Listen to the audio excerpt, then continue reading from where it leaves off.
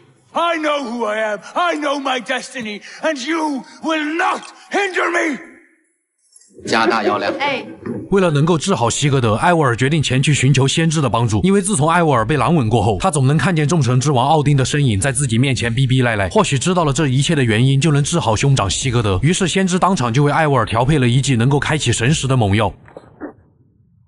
喝下这剂进口的猛药以后，艾沃尔开启了通往神界阿斯加德的旅程。他的意识穿越到了众神之王奥丁的身上。原来艾沃尔正是奥丁的转世。阿斯加德的神殿上，命运三女神预言了奥丁将会死于凶狼芬里厄的口中，以及诸神黄昏的到来。在预言过后，约顿海姆的巨人进攻了阿斯加德，于是奥丁前去阻挡进攻，并且关闭了阿斯加德的大门。然而一个突然出现的工匠声称自己能够制作抵挡巨人的护盾。奥丁见没有其他更好的办法，于是他帮助工匠寻找到了所需的材料，成功制作出了护盾。但没想到的是，这个护盾只是为了困住奥丁，工匠则是巨人变化出来的。见这位工匠不自量力，奥丁毫不犹豫地结果了他。原来阿斯加德大门突然被打开，都是诡计之神洛基搞的鬼。因为奥丁在得知了自己会死于凶狼之口以后，决定杀死9界所有的狼。恰好在之前，奥丁差点杀死了一只刚出生不久的狼，这只狼正是洛基的儿子芬里厄。奥丁碍于立过不会杀死洛基和其血脉的誓言，于是也只能任由洛基离去。为了寻找阻止诸神黄昏的办法，奥丁启程前往了巨人的国度约顿海姆，却在那里被洛基和他的妻子安格尔伯达设计迷晕，并用蔓藤将他囚禁在高处。好在一个叫希尔罗金的女人及时出手救下了奥丁。她告知奥丁，想要在诸神黄昏中存活下来，就必须找到约顿海姆的神酒，作为代价只需要分一点给希尔罗金就行。于是奥丁借着举办宴会的理由，灌醉了约顿海姆的首领苏图恩。趁着所有人喝到酩酊大醉的时候，奥丁偷走了神酒。最终他成功的带着神酒来到了世界树下的米米尔面前，在献祭了自己的一只眼睛与神酒一起发酵过后，只要等待诸神黄昏到来的那天，在世界树下喝掉神酒，灵魂就能得以保存。待肉体死亡，灵魂将会在之后重生。做完这一切，奥丁回到阿斯加德，发现洛基的儿子芬里厄体型已经成长为了一只巨狼，于是他设法将锁链套在了巨狼的身上，但是因为他的欺骗，也让战神提尔作为保证的手臂被巨狼咬掉。这也代表着西格德正是战神提尔的转世。随着诸神黄昏的到来，奥丁和众神喝下了能够保存灵魂的神酒，并在诸神黄昏大战中死去。搞清楚了西格德的身世，醒来后的艾沃尔从海什姆口中得知，残暴者科约特维的儿子戈姆此时已经逃到了遥远的文兰，并且在那里成为了上古维续者的首领。于是艾沃尔漂洋过海，前往了被后世称为北美洲的文兰。艾沃尔在当地莫霍克族的帮助下，通过不断的调查和清理据点，终于找到了戈姆，并将他刺杀，还在戈姆的手里得到了一个神秘的水晶球。为了答谢莫霍克族的帮助，艾沃尔将水晶球送给了他们，而这个水晶球也成为了当地莫霍克族世代供奉的圣物，并在几百年后指引那个号称狂战士的男人，成为了北美洲殖民地的刺客导师。艾沃尔回到英格兰以后，再次不断的与各地势力结盟。随着时间的流逝，黑鸭氏族的盟友也遍布了整个英格兰的版图。这时西格德突然找到到艾沃尔，他希望艾沃尔能够与他一起进行最后一次远航，回到挪威去寻找那个维京人一生所向往的最终归宿——英灵殿。为了满足兄长的请求，艾沃尔与西格德再次经历近1个月的航行，回到了家乡挪威。他们在挪威最北方的峡湾，隔音西里尔的山洞之中，通过连接洞窟内世界树的树干，进入了那个所谓的英灵殿。在这个世界里，所有的烦恼都会消失，只需要每天畅快的饮酒，等待大门开启的那一刻，与敌人进行厮杀。而在这里，艾沃尔竟然见到了自己的父亲瓦林，但是他心里明白，曾经放下战斧作为懦夫死去的父亲是不可能来到英灵殿的。于是艾沃尔毫不犹豫地杀掉了这个虚假的父亲，并意识到了这只是西格德为了逃避现实所幻想出来的英灵殿。之后，通过艾沃尔的劝说，西格德也意识到了自己的错误，二人决定回到现实。然而这个时候，奥丁出现在了艾沃尔的面前，将他拖入到了异时空间。奥丁告诉艾沃尔，自己给了他想要的一切，试图阻止艾沃尔离开这里。艾沃尔则不屑一顾，他只是想回到英格兰，回到亲人和族人身边。眼见劝阻无果，怒不可遏的奥丁对艾沃尔发动了攻击。身为凡人的艾沃尔根本不可能是众神之王的对手，不想跟奥丁多做纠缠的艾沃尔朝着正在向自己招手的亲人们奔去，但却一次又一次被奥丁拉回到了自己的身边，逼迫艾沃尔与自己战斗。而就在这一刻，艾沃尔似乎明白了，当初父亲瓦林放下手中的战斧，作为懦夫死去，是为了自己的家人，是为了让自己的家人能够活下去，哪怕希望很渺茫。紧握手中的战斧直至战死，是身为一个维京人该有的觉悟；而放下手中的战斧屈辱而死，是身为一个父亲和一个丈夫该有的责任，哪怕死后的灵魂无法去往英灵殿。这一刻，艾沃尔卸下了自己的战斧，义无反顾地朝着自己的家人奔去。在来到大门那一刻，不甘心的奥丁抓住了艾沃尔，努力地尝试最后的劝阻。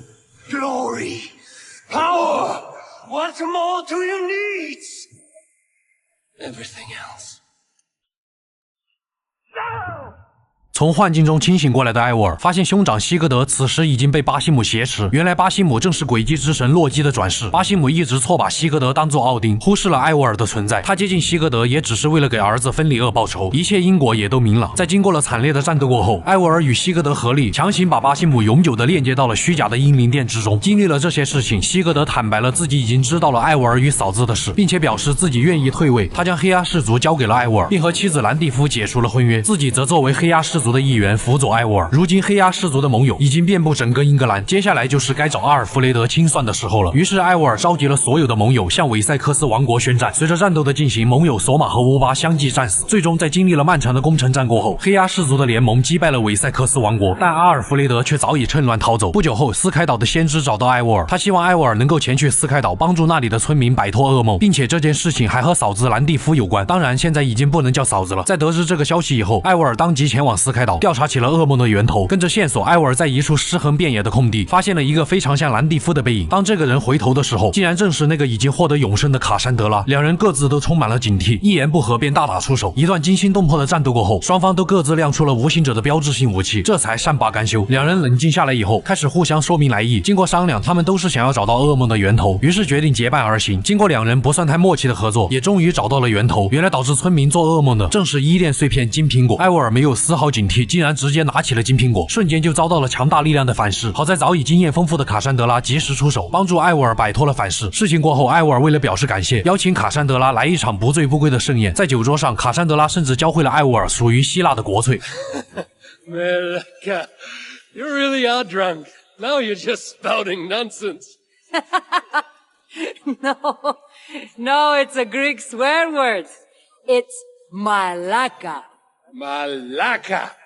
Malaka. Malaka. Malaka. That's it. You got it. 天下没有不散的宴席，最终卡珊德拉还是告别了艾沃尔，再次独自踏上了维护世界平衡的道路。之后，艾沃尔回到英格兰，准备完成最后一件事，那就是帮助海什姆彻底铲除在英格兰的上古维续者。在一位神秘人不断提供的线索下，艾沃尔开始不断的刺杀上古维续者，终于在最后神秘人的指引下，找到了上古维续者真正的首领。然而出乎意料的，一直提供线索的神秘人以及维续者的首领，正是之前早已逃走的阿尔弗雷德。之所以他不断的帮助艾沃尔，是因为他信奉的是基督教，教义的不同导致上古维续者在他眼里只不过都是一群亵渎上帝威严的邪教而已，所以他就借艾沃尔之手彻底根除了已经腐朽的维续者，从而让更伟大的思想取而代之。没错，阿尔弗雷德所要建立的全新教派正是未来的圣殿骑士。阿泰尔·伊本·拉阿哈德是一名自幼在马斯亚夫城堡长大的刺客，因为从小就被训练过刺杀技巧，再加上他过人的天赋，仅仅26岁，阿泰尔就成为了一名刺客大师。但正是这份荣誉，让他一次在寻找金苹果的任务当中，违背了刺客组织的3大原则：其一，他杀死了无辜的平民；其二，他贸然行动下导致同伴一死一伤；最后还是同伴拼死拿到了金苹果。其三，因为暴露了刺客身份，导致圣殿骑士围攻了刺客堡垒，让刺客组织陷入了危险之中。于是阿泰尔的导师阿尔莫林撤回了他刺客大师的身份，让他再一次从零开始。而想要恢复刺客大师的身份以及赎清身上的罪孽，阿泰尔就必须刺杀掉一份名单上的9名圣殿骑士。在经过了漫长的刺杀和磨练以后，阿泰尔终于杀死了名单上最后一位圣殿骑士罗贝尔。但就在罗贝尔死前，他道出了一个惊天的秘密：原来阿泰尔的导师阿尔莫林正是圣殿骑士的一员，他只是想借阿泰尔的手来杀掉知情的圣殿骑士，从而独占金苹果的力量。于是阿泰尔回到刺客堡垒，在已经被洗脑的刺客们的追杀下，来到了阿尔莫林的面前，并靠着强大的意志抵御住了金苹果的力量。最后阿泰尔用袖剑结束了导师阿尔莫林的生命。为了确保阿尔莫林不再能够影响其他人，阿泰尔不顾其余刺客的反对和不解，当众火化了阿尔莫林。而所有人当中最不满的就属一名叫阿巴斯的刺客，他本身就讨厌阿泰尔，于是借这个机会污蔑阿泰尔，并趁机抢到了金苹果。很快得意忘形的阿巴斯遭到了金苹果的反噬，好在阿泰尔及时阻止了这场闹剧。他意味深长地看着手中的金苹果，不知道其中的力量是给他们带来知识还是毁灭。37年过后，63岁的阿泰尔和自己的妻子玛利亚从对抗蒙古人入侵的前线回到了马斯亚夫，可是这里已经被阿巴斯彻底掌控。阿巴斯甚至以阿泰尔的名义处死了他的小儿子赛夫，并且阿巴斯还嘲讽道，赛夫一直到死都认为是自己的父亲背叛了他。阿泰尔愤怒到失去理智的情况下使用了金苹果，却导致想要来阻止的妻子玛利亚被杀。妻子临终前还在极力的劝阻阿泰尔不要失去理智，于是冷静下来的阿泰尔立马带着自己的大儿子达利姆逃走。在这期间，阿巴斯还四处宣扬阿泰尔是刺客组织的叛徒。20年后，已经82岁高龄的阿泰尔带着儿子再一次回到了马斯亚夫。在这20年的时间里，被阿巴斯统治下的刺客们早已经看穿了他的真面目。重回故土的阿泰尔带着大批尊敬他的刺客走进了马斯亚夫的城堡，看着眼前还在执迷不悟的阿巴斯，阿泰尔直接用袖枪结束了这场长达半个世纪的仇恨。10年过后，台北之年的阿泰尔将自己的笔记以及封印着他记忆的5把钥匙交给了尼可罗波罗，这本笔记也被尼可罗波罗在之后带到了意大利，最后被艾吉奥的父亲得到。做完这一切，阿泰尔独自一人带着金苹果留在了马斯亚夫地下的秘密图书馆之中，静待自己的死亡。1459年，欧洲正处在一种艺术、思想、科学都百花齐放的文艺复兴时代，而这一年的夏季，在意大利佛罗伦萨的一间小屋中，一声婴儿的啼哭打破了寂静。身为父亲的乔瓦尼闻讯赶到，听着怀中婴儿洪亮的声音，乔瓦尼自豪地赋予了这个婴儿一个会在未来彻响整个意大利的名字。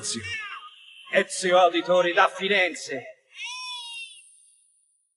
一转眼，时间来到了1476年，艾吉奥已经成长为了一名桀骜不驯的少年。因为从小就生活在一个富裕的家庭，娇生惯养让艾吉奥经常伙同家族成员与帕奇家族的维耶里斗殴。而正是在这一次战斗中，维耶里在艾吉奥的嘴角留下了一道永久的伤疤。恰好艾吉奥的哥哥佛德里科及时赶到，帮助艾吉奥打跑了维耶里。随后，在兄弟俩的打闹下，他们朝着佛罗伦萨的高处爬去。随着城市的夜景缓缓浮现，艾吉奥的故事也正式展开。随后，艾吉奥并没有回家，而是翻墙来到了邻家小妹克里斯蒂娜的家中，并开始了长达1夜的深入交流。就在第2天，艾吉奥被热情的老丈人赶了出来。施施然回到家中的艾吉奥，随后就被父亲乔瓦尼逮到。本以为会被父亲一顿臭骂，但没想到的是，艾吉奥的骚操作让乔瓦尼想到了自己年轻的时候，看看这跌当的那个叛逆老父亲出来挨打。之后，闲来无事的艾吉奥开始帮家里人做起了杂事。他先是帮助自己的弟弟找羽毛，随后又帮自己的妹妹克劳迪亚收拾了出轨的妹夫。值得一提的是，艾吉奥在母亲的介绍下认识了莱昂纳多·达芬奇，而达芬奇也会在日后成为艾吉奥最好的朋友。可这种温馨且愉快的生活并没有维持多久。就在之后，艾吉奥为父亲送信的一段时间里，父亲以及哥哥和弟弟都被以叛国的罪名逮捕。突如其来的变故让艾吉奥有些无所适从，但当务之急就是要先保护好母亲和妹妹。于是艾吉奥将母亲和妹妹安顿在女佣的姐姐家里以后，他便孤身一人来到了关押父亲的牢房。但父亲却告诉艾吉奥，回到家中用自己的天赋找到暗门，把里面的东西全部带上，再将其中的文件交给之前艾吉奥匆匆见过一面的乌贝托先生。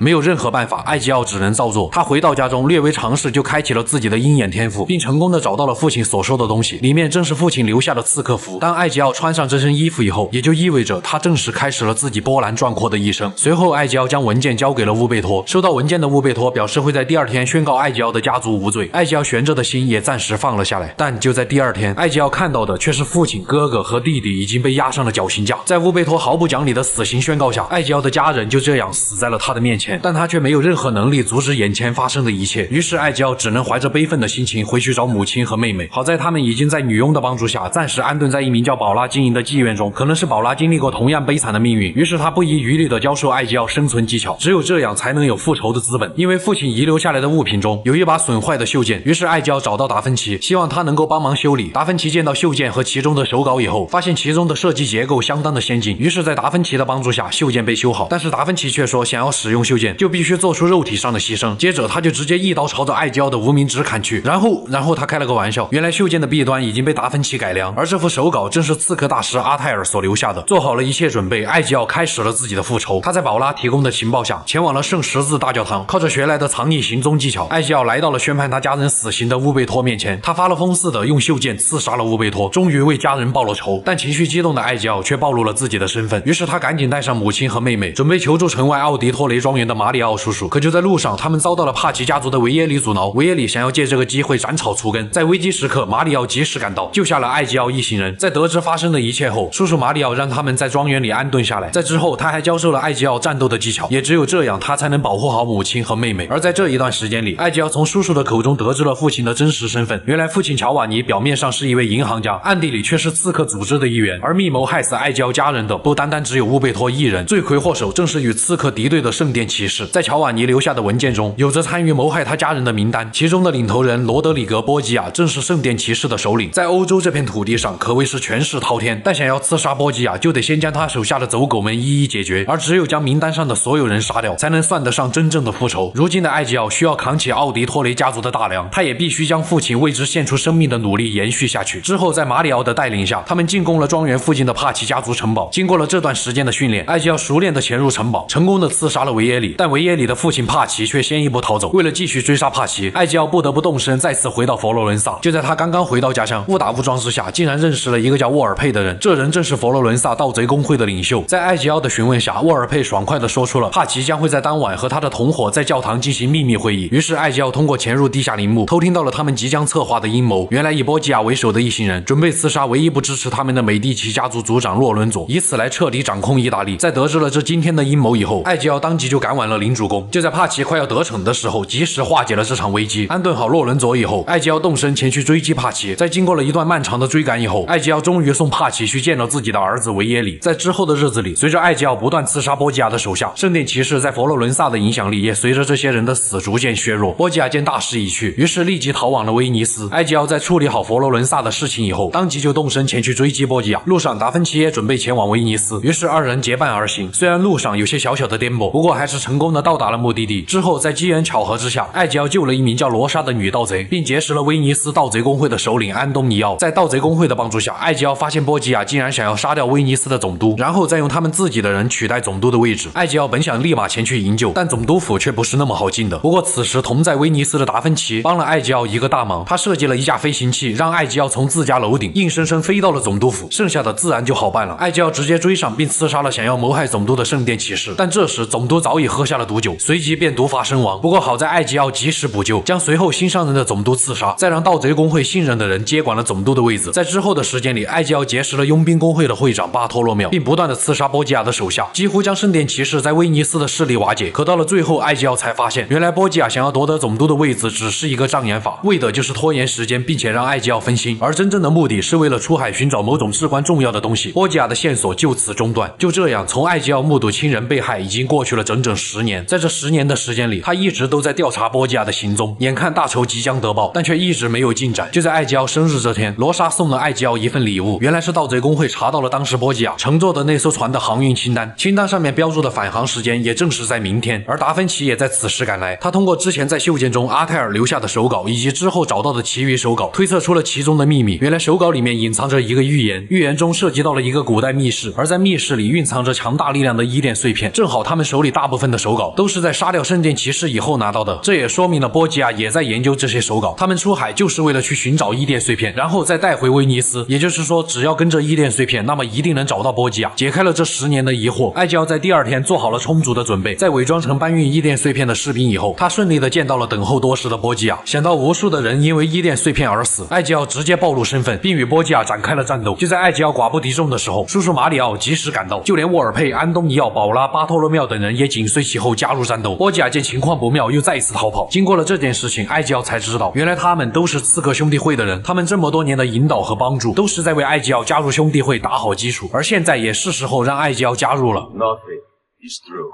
Everything is permitted. 之后，一行人带着金苹果来到了达芬奇的家里。众人看着眼前这坨名叫金苹果的异电碎片，根本不知道如何使用。可因为艾吉奥无意之间触碰，引发了金苹果内强大的精神控制力量。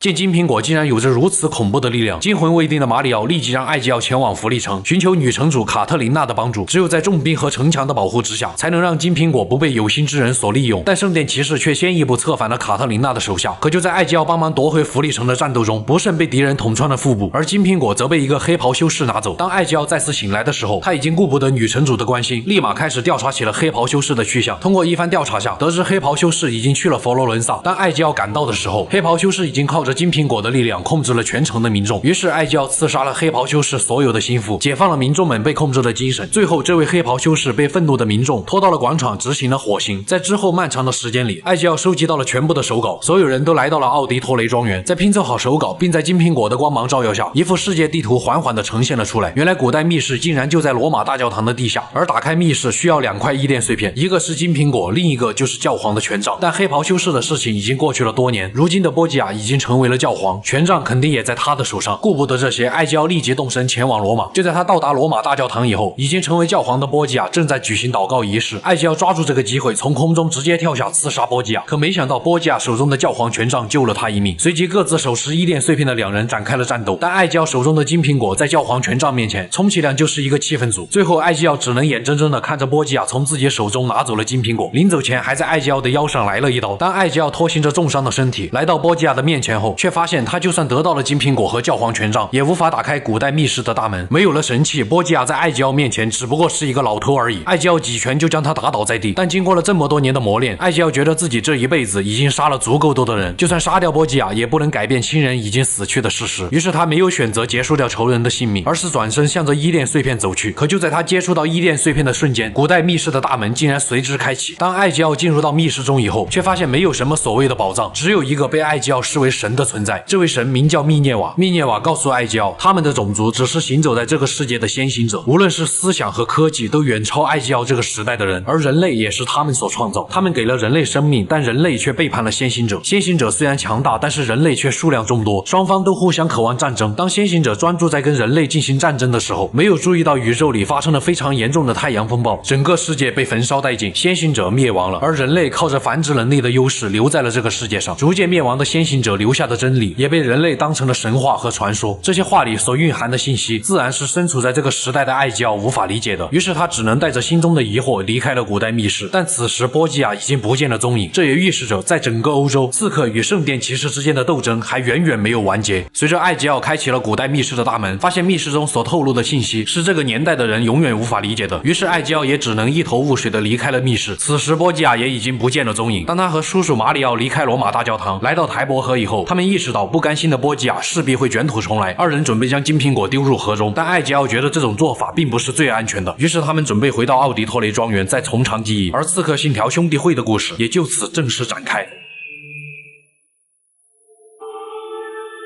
当他们回到庄园以后，艾吉奥便对众人说出了密室中所发生的事情。好在密室里并没有令人畏惧的强大武器，但是艾吉奥放过了教皇波吉亚的行为，让刺客之一的马基亚维利愤怒不已。放虎归山显然不是一件好事，于是马基亚维利立马动身前往罗马。叔叔马里奥则无条件的相信艾吉奥的选择，没有怎么把这件事情放在心上的艾吉奥，在当晚还和他之前救过好几次的女城主卡特琳娜度过了欢喜的一晚。艾吉奥也终于可以好好的休息一段时间了。但好景不长，就在第二天，一颗炮弹打破了短暂的安宁，艾吉奥的刺客服也被砸碎。原来是波吉亚的儿子切萨雷率领教皇的亲卫队，趁着夜色重兵包围了庄园。猝不及防之下，庄园也到了即将失守的地步。马里奥随即先一步带人出城迎战教皇的军队。当艾吉奥赶到的时候，城门已经失守，马里奥和卡特琳娜被抓，就连金苹果也被切萨雷夺走。随后切萨雷更是当众杀掉了马里奥。面对已经彻底失守的局面，艾吉奥只能带上母亲和妹妹逃出了庄园。接着他便先一步独自前往罗马。当艾吉奥再次见到马基亚维利的时候，罗马已经彻底被圣殿骑士控制，刺客兄弟会也几乎成了一盘散沙。如今想要完成对波吉亚和切萨雷父子的复仇，就必须先发展刺客兄弟会在罗马的势力。于是艾吉奥立马开始行动。他先是在巴托洛庙的介绍下认识了法比欧，在法比欧的帮助下，艾吉奥有了一个在台伯岛的据点。随后他前往了罗马的妓院，希望能够获得这些交际花的帮助。但妓院的老板却被劫匪绑架并且撕票。恰好这时母亲和妹妹也来到了罗马，想为哥哥分担一些压力的妹妹克劳迪亚决定成为这些交际花的领导者。于是艾吉奥获得了妓女工会的帮助。随后他又找到老友沃尔佩以及巴托洛庙，顺理成章地获得了盗贼工会和佣兵工会的支持，并成功地集齐了3大工会。再通过不断摧毁圣殿骑士在罗马的据点，刺客兄弟会也在罗马逐渐站稳了脚跟。之后艾吉奥通过情报得知，卡特琳娜正被关押在重兵把守的圣天使堡。不过以艾吉奥现在的实力，一个小小的堡垒怎么可能拦住他？整个欧洲没有人比艾吉奥更懂潜入。就在艾吉奥潜入的过程中，他发现波吉亚的儿子切萨雷竟然跟自己的亲妹妹克卢西亚搞在了一起，甚至切萨雷还许诺，等他统一意大利以后，就让克卢西亚成为自己的王后。两人笑得很开心，在窗外偷看的艾吉奥也笑得很开心。随后艾吉奥趁着克卢西亚正在跟自己的另一个小情人约会的时候，从他身上找到了牢房的钥匙，成功的救出了卡特琳娜。在两人逃离的途中，可能是艾吉奥觉得自己这次的潜入不够完美，于是他让卡特琳娜先走，自己则独自留下断后。做完这一切，接下来就是要着手开始瓦解圣殿骑士的势力了。于是艾吉奥四处解救遭到切萨雷父子压迫的平民，并让他们加入刺客兄弟会。在期间，艾吉奥遇到了昔日的老友达芬奇。如今的达芬奇在圣殿骑士的逼迫下为他们工作，甚至连工资都拿不到，但达芬奇还是在私底下为艾吉奥改造升级修建。而目前所做的一切还不足以动摇切萨雷父子在罗马的根基。于是艾吉奥在一场宴会中除掉了一个叫银行家的人，切断了切萨雷的经济来源，然后调转枪头，联合巴托洛庙的佣兵工会，击溃了支持切萨雷的法国盟友。就这样，在艾吉奥的不断努力下，刺客兄弟会的规模逐渐成型，所有的刺客们都来到了台伯岛的据点。克劳迪亚也在与圣殿骑士的斗争中证明自己，并正式成为了一名刺客。艾吉奥则通过重建兄弟会，展现出了强大的凝聚力。在马基亚维利的推举下，艾吉奥成为了意大利的刺客领袖。那么接下来要做的就是杀掉切萨雷父子，彻底解决圣殿骑士在意大利的统治。于是艾吉奥再一次潜入圣天使堡，并亲眼目睹了一场父慈子孝的场面。切萨雷因为自己筹划已久的资金和军队土崩瓦解，于是想要向自己的父亲波吉亚要钱，但是波吉亚早就已经不满这个逆子的行为，于是早就在切萨雷吃的苹果里面下了毒。关键时刻，卢克西亚闯了进来，并揭发了父亲波吉亚，毕竟年少气盛叛逆了一点，于是愤怒的切萨雷亲手杀死了波吉亚。又见卢克西亚提到了金苹果的下落，随即又将愤怒转移到了自己的妹妹身上。 Where is the apple? Tell me!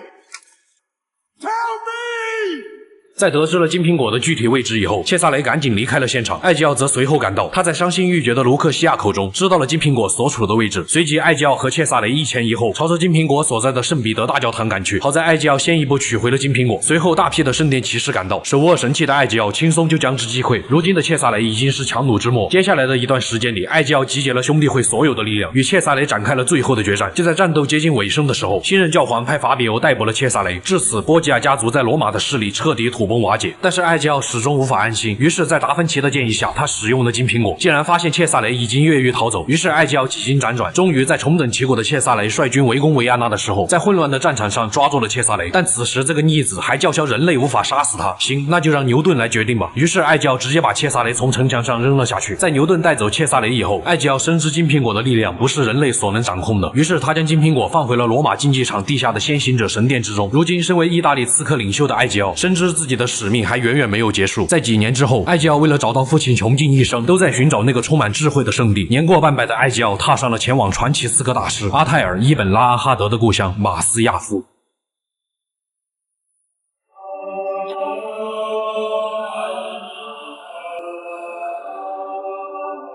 在经过了长达10个月的航行之后，他终于来到了马斯亚夫。可是这里早在300年前就已经不属于刺客了，迎接他的则是拜占庭的圣殿骑士。而在战斗中，那一抹阿泰尔的身影让艾吉奥短暂的失神，导致他被圣殿骑士抓获。如今的艾吉奥虽然已经年过半百，多年的战斗经验让他很快就伺机逃脱。准备离开城堡的时候，艾吉奥通过一名劳工的口中得知，圣殿骑士正在寻找5把阿泰尔留下的钥匙，用来打开马斯亚夫城堡下的秘密图书馆。在得知这个消息以后，艾吉奥刺杀了这位拜占庭的圣殿骑士队长，并从他那里得到了一本尼可罗波罗的日记，而这本日记上标注了钥匙所在的地点。但此时圣殿骑士通过日记已经找到了其中1把钥匙，为了赶在圣殿骑士之前找到另外4把钥匙，艾吉奥就必须前往世界的十字路口君士坦丁堡，因为早在300年前尼可罗波罗就将钥匙带去了那里。经过了又一段时间的航行，艾吉奥来到了君士坦丁堡，期间一位名叫苏莱曼的年轻人跟他非常的投缘，两人很是聊得来。在下船以后，迎接艾吉奥的则是君士坦丁堡的刺客导师约瑟夫。约瑟夫带着艾吉奥熟悉了当地的环境，并并教会他使用钩爪以及研制新型的炸弹。既然这里有刺客，那自然也免不了有圣殿骑士。于是艾吉奥帮助当地的刺客兄弟会不断打击圣殿骑士的势力，但找到5把钥匙才是当务之急。而尼可罗波罗曾经的旧贸易站可能有着一些线索。当艾吉奥来到贸易站的时候，这里已经变成了一家书店，店主名叫索菲亚，是一位出生在君士坦丁堡的威尼斯人。一番寻找过后，艾吉奥在索菲亚惊讶的目光下打开了通往钥匙所在的暗门。索菲亚身上的独特气质显然吸引到了艾吉奥，临走前他也不忘展现一下自己的撩妹技巧。 Who are you, Messere?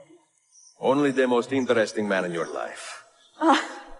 通过书店中的地下密室，艾吉奥找到了第一枚阿泰尔留下的钥匙。钥匙不但能打开秘密图书馆，还能读取到阿泰尔保留在其中的记忆。当艾吉奥拿出钥匙和地图的时候，里面蕴藏的信息和一些罕见的书籍让索菲亚产生了浓厚的兴趣。于是他答应帮助艾吉奥破解地图上剩下的钥匙所在。接下来的一段时间里，在索菲亚和艾吉奥的配合下，他们很快便找到了其余的钥匙，唯独剩下最后的那一把被圣殿骑士找到的钥匙。两人的感情也在这期间不断的升温。艾吉奥甚至还遇见了一个老熟人，这个人正是多年以前自己那个出轨的妹夫。他死心不改，还妄图骚扰索菲亚。当他看到艾吉奥以后，瞬间破防，立马识相的逃走了。另一边，艾吉奥也参与到了圣殿骑士与刺客的斗争中。因为君士坦丁堡正由奥斯曼帝国统治，但奥斯曼帝国的大皇子和二皇子为了苏丹的位置勾心斗角，而这场王权的斗争幕后似乎有着圣殿骑士的参与。正好约瑟夫收到消息，在当晚的宴会上有人会刺杀大皇子的儿子，为此艾吉奥不顾形象，假扮成吟游诗人混进了宴会，在千钧一发之际成功的保护了苏莱曼。而这位皇孙恰好就是之前跟艾吉奥非常投缘的那个年轻人。于是苏莱曼希望艾吉奥能够帮他调查这次阴谋背后的真相。在艾吉奥的追查之下，竟然发现幕后的黑手正是拜占庭的皇室后裔曼纽尔所策划。他在暗地里甚至囤积了大量的武器和弹药，想要趁此机会反奥复败。而这个曼纽尔还是圣殿骑士的首领。最后艾吉奥成功的阻止了这场阴谋，并刺杀了曼纽尔，还在他身上找到了最后一把钥匙。可这时奥斯曼帝国的二皇子突然出现，原来他才是真正的圣殿骑士首领。之前刺杀苏莱曼的阴谋也是二皇子授意拜占庭的人做的，他甚至想要以索菲亚的性命作为威胁，来换取艾吉奥手中的钥匙，这让艾吉奥愤怒不已。于是他一路在敌人的围剿之下，杀回了索菲亚所在的书店。书店里一片狼藉，君士坦丁堡的刺客导师约瑟夫则在拼尽全力保护索菲亚的时候牺牲了。刺客兄弟的死亡和爱人的失踪让艾吉奥从未如此的愤怒，于是他召集了君士坦丁堡所有的刺客，要让二皇子知道招惹刺客意味着什么。当他带着大批刺客再次与二皇子对峙的时候，二皇子又再次以索菲亚作为威胁。无奈之下，艾吉奥只能把钥匙交给了二皇子。不过二皇子显然不想就这样放过索菲亚，就在千钧一发之际，艾吉奥及时赶到，救下了即将被绞死的索菲亚。那么接下来就是要让二皇子付出代价的时候了。艾吉奥立马坐上马车，全力的追赶二皇子。在经过了一段惊心动魄的马车追逐战过后，艾吉奥成功的夺回了钥匙，并抓到了二皇子。但就在这时，大皇子率军赶到，得知真相的大皇子没有丝毫犹豫，直接把二皇子推下了悬崖。随后他又转头对艾吉奥说，要不是他儿子苏莱曼对艾吉奥美言相劝，早就当场格杀勿论了。艾吉奥听到以后差点没忍住，幸好索菲亚及时制止。这件事情过后，艾吉奥终于得以带着5把钥匙与索菲亚一起回到了马斯亚夫，并顺利的打开了藏在地下的秘密图书馆，成功的读取到了阿泰尔全部的记忆，看到了这位传奇刺客大师的一生。阿泰尔·伊本·拉阿哈德是一名自幼在马斯亚夫城堡长大的刺客，因为从小就被训练过刺杀技巧，再加上他过人的天赋，仅仅26岁，阿泰尔就成为了一名刺客大师。但正是这份荣誉，让他一次在寻找金苹果的任务当中违背了刺客组织的3大原则：其一，他杀死了无辜的平民；其二，他贸然行动下导致同伴一死一伤；最后还是同伴拼死拿到了金苹果。其三，因为暴露了刺客身份，导致圣殿骑士围攻了刺客堡垒，让刺客组织陷入了危险之中。于是阿泰尔的导师阿尔莫林撤回了他刺客大师的身份，让他再一次从零开始。而想要恢复刺客大师的身份以及赎清身上的罪孽，阿泰尔就必须刺杀掉一份名单上的9名圣殿骑士。在经过了漫长的刺杀和磨练以后，阿泰尔终于杀死了名单上最后一位圣殿骑士罗贝尔。但就在罗贝尔死前，他道出了一个惊天的秘密，原来阿泰尔的导师阿尔莫林正是圣殿骑士的一员，他只是想借阿泰尔的手来杀掉知情的圣殿骑士，从而独占金苹果的力量。于是阿泰尔回到刺客堡垒，在已经被洗脑的刺客们的追杀下，来到了阿尔莫林的面前，并靠着强大的意志抵御住了金苹果的力量。最后阿泰尔用袖剑结束了导师阿尔莫林的生命。为了确保阿尔莫林不再能够影响其他人，阿泰尔不顾其余刺客的反对和不解，当众火化了阿尔莫林。而所有人当中最不满的就属一名叫阿巴斯的刺客，他本身就讨厌阿泰尔，于是借这个机会污蔑阿泰尔，并趁机抢到了金苹果。很快得意忘形的阿巴斯，遭到了金苹果的反噬。好在阿泰尔及时阻止了这场闹剧，他意味深长地看着手中的金苹果，不知道其中的力量是给他们带来知识还是毁灭。37年过后，63岁的阿泰尔和自己的妻子玛利亚从对抗蒙古人入侵的前线回到了马斯亚夫，可是这里已经被阿巴斯彻底掌控。阿巴斯甚至以阿泰尔的名义处死了他的小儿子塞夫，并且阿巴斯还嘲讽道，塞夫一直到死都认为是自己的父亲背叛了他。阿泰尔愤怒到失去理智的情况下使用了金苹果，却导致想要来阻止的妻子玛利亚被杀。妻子临终前还在极力的劝阻阿泰尔不要失去理智，于是冷静下来的阿泰尔立马带着自己的大儿子达利姆逃走。在这期间，阿巴斯还四处宣扬阿泰尔是刺客组织的叛徒。20年后，已经82岁高龄的阿泰尔带着儿子再一次回到了马斯亚夫。在这20年的时间里，被阿巴斯统治下的刺客们早已经看穿了他的真面目。重回故土的阿泰尔带着大批尊敬他的刺客走进了马斯亚夫的城堡，看着眼前还在执迷不悟的阿巴斯，阿泰尔直接用袖枪结束了这场长达半个世纪的仇恨。10年过后，台北之年的阿泰尔将自己的笔记以及封印着他记忆的5把钥匙交给了尼可罗波罗，这本笔记也被尼可罗波罗在之后带到了意大利，最后被艾吉奥的父亲得到。做完这一切，阿泰尔独自一人带着金苹果留在了马斯亚夫地下的秘密图书馆之中，静待自己的死亡。艾吉奥看着眼前这位充满传奇一生的阿泰尔，心中感慨不已。而就在此时，两位传奇刺客大师完成了时隔数百年的一次会面。随后，艾吉奥来到了金苹果的面前，但是他却在最后一刻选择了放弃，因为他这一生看到的已经足够多了。在完成了这些事情过后，艾吉奥带着索菲亚在意大利定居生子，并且不再涉及刺客和圣殿骑士之间的斗争。他不想再因为这些争端而失去自己的家人了。故事的最后，65岁白发苍苍的艾吉奥·奥迪托雷坐在了曾经处死过自己家人的广场之上，在生命即将到达尽头的最后一刻，眼前这位年轻的刺客向他点了点头，这是代表这位年轻的刺客向一代传奇刺客导师的致敬，也是肯定他这一生为刺客组织所做的贡献。这些付出已经让刺客组织在意大利生根发芽。艾吉奥笑了，他转头看了看自己现在的家人，欣慰地逝去了一代伟大的传奇刺客导师，生命就此到达尽头。从09年《刺客信条2》发售至今，近14年的时间，狂魔认识并了解到了艾吉奥的一生。他对我的意义不像是一个游戏角色，而是一个认识了很多年的老友。看到他为自己的家人被杀失去理智而感到愤怒，看到他见到美女就去搭讪而调侃，看到他重振兄弟会而激动，看到他与阿泰尔会面不由得唏嘘。从看到他出生到死去，这位老友给我们带来了太多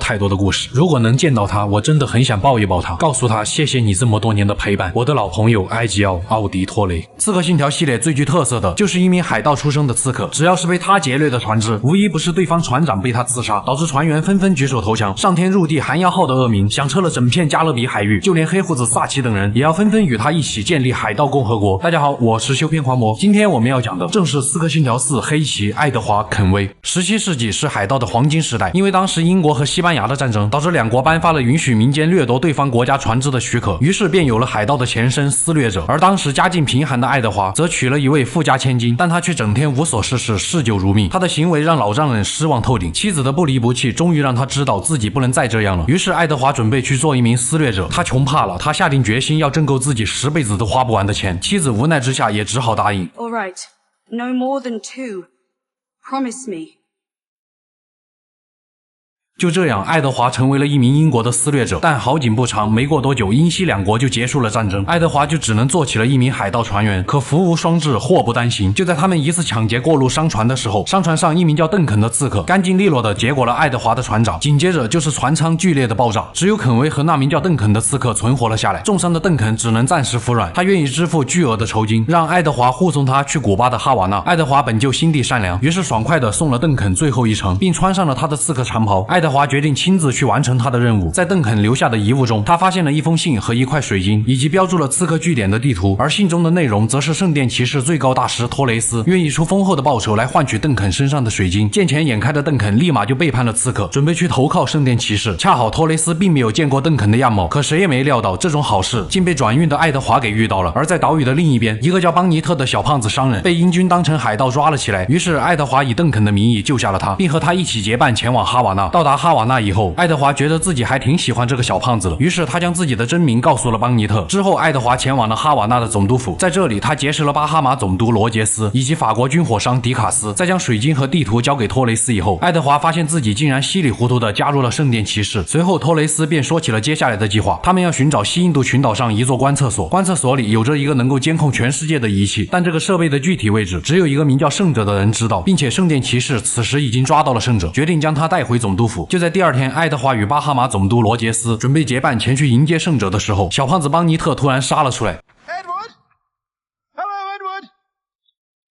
好在爱德华及时圆了过去，在和其余的圣殿骑士会合以后，众人终于见到了眼前这个长得像德莱文的圣者。将圣者带回总督府以后，爱德华也获得了丰厚的报酬，足足高达100英镑，也就是差不多800块人民币，拿命跑了几百公里。结果没想到圣殿骑士竟然这么抠门，只想搞钱的爱德华退一步越想越气，于是他将主意打到了之前提到的观测所上，只要能够将里面的仪器卖给出价最高的人，那么他就能获得一大笔财富。趁着夜色，爱德华潜入了关押圣者的地方，想从他口中逼问出线索，可是爱德华却来晚了一步，圣者已经先一步逃跑。闻讯赶来的托雷斯将爱德华当场抓获，之后成为了阶下囚的爱德华，在一艘前往伦敦监狱的船上结识了一名叫阿德瓦勒的狱友，两人齐心协力成功越狱。爱德华也在这个时候开始转运，他们解救了一大批犯人，抢了一艘帆船，通过海上风暴成功逃离了追捕。爱德华顺理成章成为了船长，并将这艘船命名为寒鸦号。阿德瓦勒则成为了大副。见事业开始有了起色，爱德华驾驶着自己的寒鸦号前往了海盗聚集地拿骚，在这里他找到了自己曾经的好友黑胡子萨奇、英国海盗本杰明霍尼格尔德以及詹姆斯基德。在接下来的一段时间里，他们抢劫过往的船只，每天饮酒作乐。为了继续这种无拘无束的生活，他们以拿骚为据点建立了海盗共和国，海盗们也迎来了真正的黄金时代。然而做海盗始终不能满足爱德华想挣到巨额财富的欲望，他实在穷怕了，终日惦记着观测所里面的仪器。但黑胡子萨奇等人只觉得这种想法像童话故事一样不切实际，于是爱德华决定不带这些没格局的人一起玩。但詹姆斯基德似乎知道一些线索，在基德的带领下，二人来到了一处小岛。在小岛的密林中，爱德华用自己的天赋解开了谜题，仿佛像是完成了某种试炼一般。随后基德指引爱德华前往墨西哥的图鲁姆，可就在到达以后，爱德华发现这里竟然是刺客兄弟会的总部。基德也正是一名刺客，而刺客导师阿塔拜也气势汹汹地出现在了这里。因为爱德华将标注了刺客据点的地图出卖给了圣殿骑士的人，他的这种行为让阿塔拜非常的愤怒，但爱德华却满脑子都是钱，根本不会觉得自己良心过不去。好在基德声称爱德华有极高的刺客天赋，才勉强保住了他一命。随后基德带着爱德华进入了图鲁姆的神殿之中，在神殿里他们发现了其中存在了几百年的圣者雕像，竟然跟爱德华之前见过的圣者一模一样。见到这一幕，爱德华更加确信了观测所的存在。当他们从神殿出来以后，发现圣殿骑士正在袭击刺客据点，于是爱德华出手帮助了刺客们。阿塔拜对此十分感激，可以不再追究爱德华的过错，但也表示图鲁姆不再欢迎他。爱德华回到拿骚，又迎接了两位前来投靠的大海盗查尔斯·维恩和杰克·拉克姆，两人为爱德华提供了之前那个圣殿骑士首领托雷斯所在的堡垒位置。为了知道圣者的下落，爱德华袭击了圣殿骑士的堡垒，闯进了托雷斯所在的会议室，硬生生逼着他说出了圣者的下落。在经过了又一番调查过后，爱德华找到了圣者，可是狡猾的圣者借着惊动守卫的机会再一次逃脱。而在期间，詹姆斯基德竟然对爱德华坦白了自己其实是个女人，她的真名其实叫玛丽。然而不久后，海盗共和国的情况急转直下，拿骚爆发了瘟疫，没有充足的药物和医护，对于这个小地方而言就是一场灾难。一众海盗头子们想尽了一切办法打捞沉没的西班牙舰队船只，发现药品已经变质，攻击英国皇家海军的战列舰一无所获，甚至绑架了查尔斯顿的平民，威胁英国政府给出药品。没想到英国政府直接无视了这些平民的生死，最后还是爱德华拼了命才搞到了2项药品。黑胡子萨奇意识到了海盗共和国的灭亡在所难免，于是萨奇决定退休了。他只想自己在50岁之前能够安享晚年，并表示自己跟爱德华还会再见的，不管是在这个世界还是在地狱。而小胖子邦尼特本来是跟着萨奇的，但萨奇嫌他太菜，不愿意带他玩，于是邦尼特搞了一艘船，独自去做起了一名绅士海盗。当爱德华返回拿骚以后，英军上将张伯伦与巴哈马总督罗杰斯率领英国皇家海军封锁了这片海盗乐园，他们发布通告，只要愿意投降的海盗就能获得赦免。于是第一个响应号召的海盗便是本杰明霍尼格尔德。爱德华自然不会让自己的海盗生涯就这样结束，于是他与新加入的维恩和拉克姆硬生生用火船冲开了英军的封锁，逃到了大伊纳瓜岛。在遭遇了这一连串的事件后，爱德华觉得不能没有黑胡子萨奇，于是他前往了萨奇退休的岛屿。萨奇见爱德华还在寻找圣者，于是告诉了他一个好消息，那个圣者应该就在一艘叫公主号的奴隶船上工作。说完，萨奇便让爱德华不要急着离开，要好好的为他这次的退休庆祝一番。但一旁一个行踪可疑的人引起了爱德华的注意，他悄悄跟在这个人身后，竟然发现是英军的密探。随着密探的信号，英国海军开始了围剿萨奇的舰队。爱德华赶紧回到寒鸦号，帮助萨奇抵抗英军的进攻。可是萨奇的船员们已经喝到了神志不清的地步，只有一小部分人能够参与战斗。爱德华拼了命的冲到萨奇的战舰上，但此时身受重伤的萨奇已经无力回天，爱德华只能眼睁睁的看着挚友黑胡子萨奇战死。In a world without gold, we might have been heroes!